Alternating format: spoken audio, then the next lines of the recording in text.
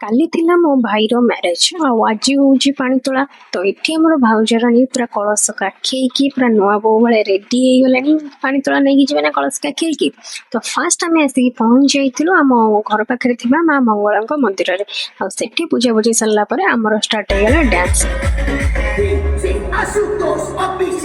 ପାଣିତୋଳା ସରିଲା ପରେ ସମସ୍ତେ ଆସିକି ହଳଦୀ ଗେଟଅପରେ ରେଡି ହେଇଯାଇଥିଲେ, ଯେହେତୁ ଇଭିନିଂରେ ମାନେ ହଳଦୀ ରସମ ବି ହବାର ଥିଲା ଆମର। ତ ଏଇଟା ଥିଲା ଆଜିର ମୋର ଗେଟଅପ୍। ଆପଣମାନଙ୍କୁ କେମିତି ଲାଗୁଛି ମତେ ନିହାତି ଭାବରେ ଆପଣମାନେ କମେଣ୍ଟରେ ଜଣେଇବେ। ହଳଦୀ ସରିଲା ପରେ ତା ପରଦିନ ଆମର ବର ଏଠି ପୁରା ରେଡି ହେଇଗଲାଣି ଯିବା ପାଇଁ ବାହାଘରକୁ। ଆଉ ଏଠି ଚାଲିଥିଲା ତାର କିଛିଟା ଫଟୋସୁଟ୍। ତାପରେ ଆମମାନେ ବି ରେଡି ହେଇକି ପଳେଇ ଆସିଲୁ ଯୋଉଠୁ ବରଯାତ୍ରୀ ଷ୍ଟାର୍ଟ ହବ। ତା ଭିତରେ ଆମ ଦେଶୀର ଯୋଉ ଭଳିଆ ଲୋକ ଆଉ କଣ ହବ କି। ତାପରେ ମାନେ ଆଜି କହିବାକୁ ଗଲେ ଏତେ ଜୋର ଖରା ହଉଛି, ଦିନ ବାହାଘର ମାନେ ଜାଣିଥିବେ ଅବିକା ଯୋଉ ରେଟରେ ଖରା ଆଉ ଗରମ ହଉଛି। ତ ମୁଁ ଭାବିଲି କିଛି ମେକଅପ୍ ନେବିନି, ତ କେବଳ ସନସ୍କ୍ରିନ୍ ଆଉ ମଶ୍ଚରାଇଜରରେ ହିଁ ଆଜି କାମ ଚଳେଇଦବା। ତ ମୁଁ ଖାଲି ମଶ୍ଚରାଇଜର ଆଉ ସନସ୍କ୍ରିନ୍ ଲଗେଇ ଦେଇଥିଲି, କାହିଁକି ନା ନାଚି ନାଚି ତ ହାଲତ ବେହାଲତ ହେଇଯିବ, ମେକଅପ୍ ତ ରହିବନି ମନ୍ଦିରରେ ପହଞ୍ଚିଲା ପର୍ଯ୍ୟନ୍ତ। କାହିଁ ନେବା ମେକଅପ୍ ନେଇ କିଛି ଲାଭ ନାହିଁ। ତାପରେ ଏଠି ଆମର ଡିଜେ ଗାଡି ହରିଆ ସବୁ ପଳେଇ ଆସିଲାଣି। ଆଉ ମାନେ ଏତେ ଖରାରେ ବି ପୁରା ଧୂଳି ଉଡା ଡ୍ୟାନ୍ସ କରୁଛୁ ଆମେ ମାନେ। ସତ କଥା ସାଙ୍ଗମାନେ, ଖରା ହଉ ବର୍ଷା ହଉ କି ଶୀତ ହଉ ନାଚ ଆମର କେବେ ବନ୍ଦ ହବନି।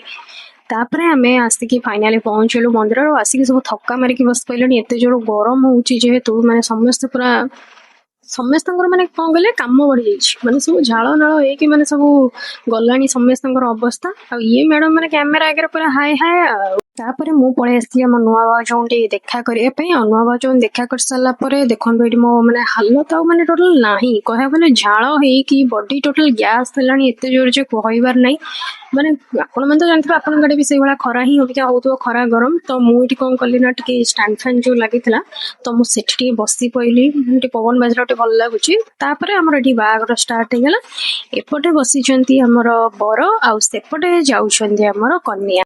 ତାପରେ ବାହାଘର ସଇଲା ପରେ ଆମର ହଉଥିଲା ରିଟର୍ନ ପ୍ରୋସେସନ। ମାନେ ଦେଖନ୍ତୁ ବରଯାତ୍ରୀ ନାଚି, ପାଣି ତୋଳାରେ ନାଚି, ହଳଦୀ ରସମରେ ନାଚି, ମାନେ ଆହୁରି ବି ଆମ ବଡିରେ ଏନର୍ଜି ଅଛି ଯେ ଆମେ ରିଟର୍ନ ପ୍ରୋସେସନରେ ବି ଡ୍ୟାନ୍ସ କରିବୁ।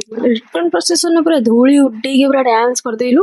ଆଉ ଦେହ ହାତ ବିନ୍ଧୁ ପଛେ କିନ୍ତୁ ନାଚ କେବେ ବନ୍ଦ ହବନି।